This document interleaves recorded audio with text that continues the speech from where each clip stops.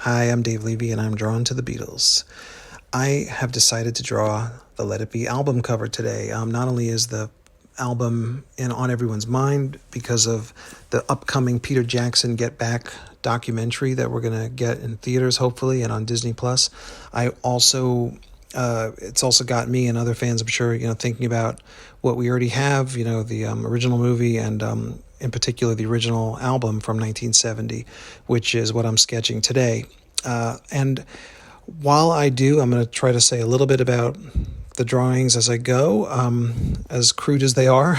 And my approach to this is I'm not trying to draw this like a perfect portrait. I'm not trying to make a proper drawing. Like if you really were, as an artist, you'd do construction lines and kind of find the head shape and go through a much more responsible process, in making a careful drawing. This is not about that for me. Like I'm just trying to capture the essence of the person, of the art, the photograph. So what I do is it's almost like painting yourself into a corner on purpose. So starting with the nose, adding the eyes, putting in the other facial details without really knowing where I'm going with it. And if I have enough room where I'm drawing, it's all part of the fun for me. It keeps it spontaneous. And it's an interesting pair because that's really what the Beatles were attempting with this album. So this format of this album cover gives me a chance to talk about each Beatle one at a time. And I'm not going to have a ton to say about everybody, but for McCartney, I have to come out and say he's my favorite Beatle. I think he had an excellent solo career, even if you froze all their solo careers at 1975, when Lennon first went into his, house husband years. You would still, for me, have Paul being the dominant and most successful and most satisfying solo career. I think he took it seriously. I think he had a plan. I think he was organized, in terms of, rebuilding his art and his connecting with his audience, where I think the rest of the three made records. Like that's the difference, the wing sound that would happen with Linda, Paul, and Denny Lane in particular with those harmonies is not something, there's no continuity in Harrison's catalog that would have allowed him to develop something like that. There's no continuity in Lennon's catalog that would have allowed him to develop something like that. They're all just kind of wandering.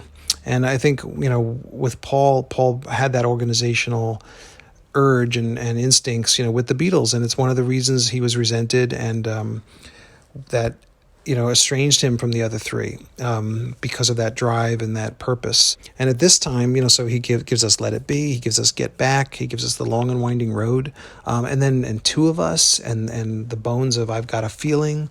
And Ringo during this period is really, as you see in the Let It Be movie, is rehearsing or kind of writing, figuring out Octopus's Garden, specifically with Harrison's help. And what's fun about that is you really see that partnership there, like a writing partnership that really bears fruit in the early 70s with Ringo's solo career. George then devotes a lot of time to helping Ringo shine as a solo artist, and helps Ringo like no other ex-Beatle did, by pretty much co-writing or writing It Don't Come Easy, Back Off Boogaloo, having a big part of that, and the song Photograph from the Ringo album.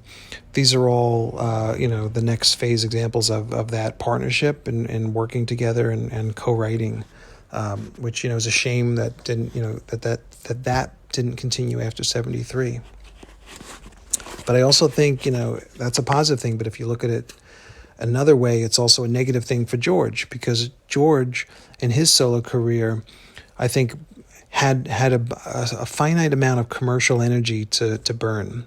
My Sweet Lord, What Is Life, Give Me Love, Give Me Peace on Earth, like three mega hits, fantastic songs, timeless classics. And then, there's really not much else, in that period that's of that caliber, that charted that way, that became radio staples the same way. He has a B level of minor hits that are in the ether, but he spent the rest of that creative energy on, building Ringo up. So I think, if you look at George and the tragic thing that happened to him with his greatest hits package in 76, is that the record label made one half of that record Beatles songs and one half solo songs of George's, and that was a smack in the face for George, because it basically, it was a value statement of, like maybe his solo career has not been that great if we had to pad out half of this album with Beatles songs. But I think that commercial energy that would have been there to give George the two-sided best of George that he could have had, I think half of that went to Ringo.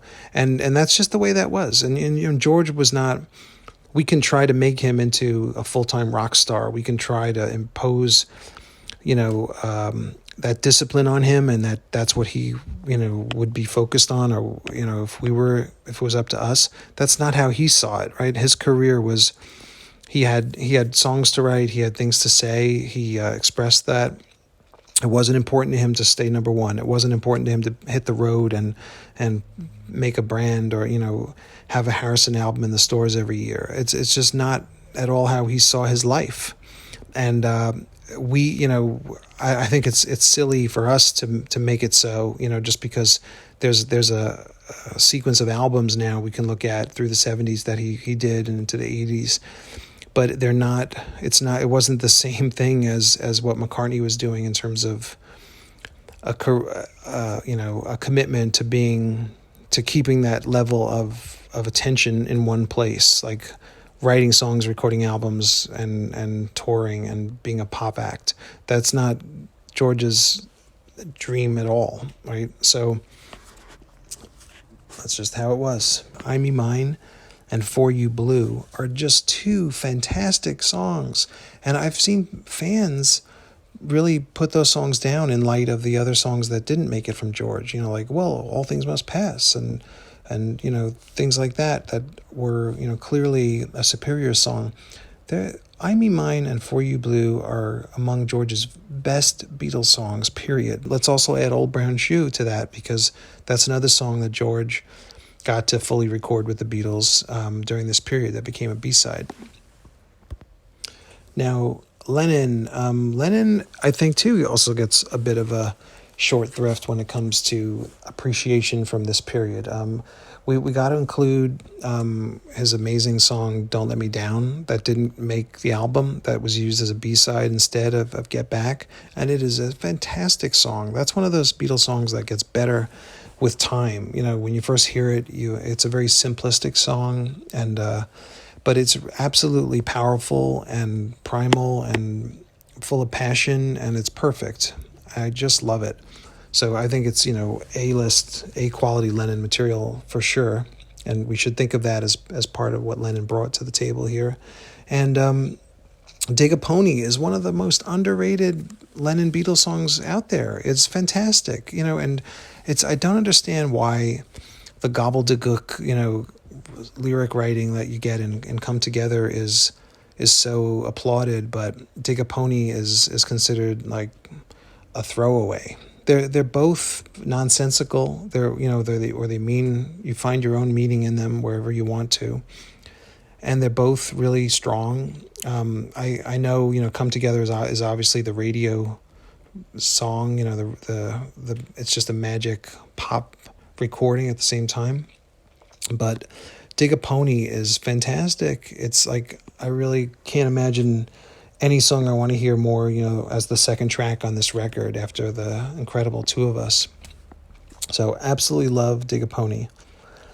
And it's always bizarre to me when I hear that get slammed. And then, of course, you get Across the Universe from John, which is not a new song. It was a leftover from the year before, so it's hard to really think of it as a new Lennon, something he was expressing this year and that month.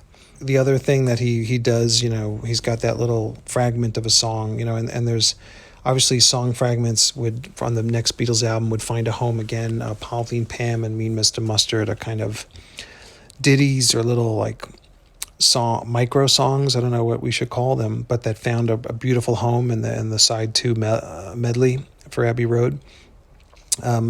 Everybody's Got a Hard Year, that little fragment that is in Paul's I've Got a Feeling is a perfect example of something like that, where it just kind of finds its little nests into another song or a medley. And it's just a wow of a moment of a great song made better by, Lennon's twist, and just, but having felt like it was written eyeball to eyeball with Paul in terms of the perfect complement to what he was doing in his song. And then just as a parting thought on this record, no, it's not the White Album. No, it's not Abbey Road. But the White Album has, so much. It's like this giant feast, and it's perfect. And I absolutely disagree with people who want to cut that feast up into different little meals and put some in the fridge and into little Tupperware containers and isolate them and separate them out. That's nonsense. I think the White Album is supposed to be excess and variety, and that's the genius of that record. And it's the one record in their whole collection where you get that. And if you want a perfect polished album, you have like another 10, 11 albums for that, that are that cleaner, more unified sound. So it's a very bizarre thing to try to look at the White Album and fix it to become what you already have 10 times over. That's a really odd choice to make. So I'm not at all in that camp. I think the White Album is absolutely what it should have been and is. And then Abbey Road is a wonderful record, and it's great to hear the Beatles, in the studio working in a serious way. I think that's in a way that, performance wise, has that polish that we also want to hear from them. So when the Beatles do polish, or a polished album, there's a certain jaw-dropping quality to that, and that gives you that. It's like a Sgt. Pepper, but without the fuss to that extent, but with the same level of care. Let It Be is really this raw album that of wonderful songs that deserved to be heard, that deserved to come out, that unfortunately came out, in a version that wasn't picked by the Beatles as a unified band, where the takes were not the ones selected by them, where the production choices were not agreed upon by all of them, that Phil Spector ended up making as the de facto producer.